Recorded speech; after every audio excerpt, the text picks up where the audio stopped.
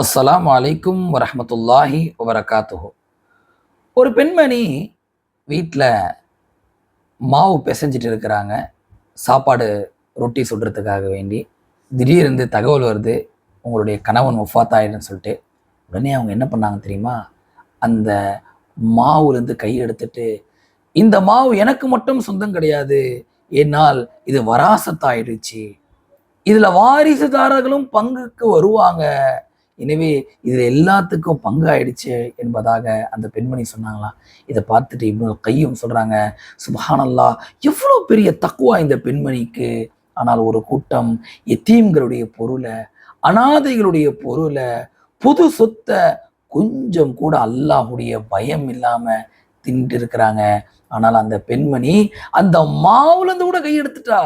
ஏன்? இது எனக்கு மட்டும் சொந்தம் கிடையாது, இதுல பல பேர் சொந்தக்காரர்கள் இருக்கிறாங்கன்ட்டு.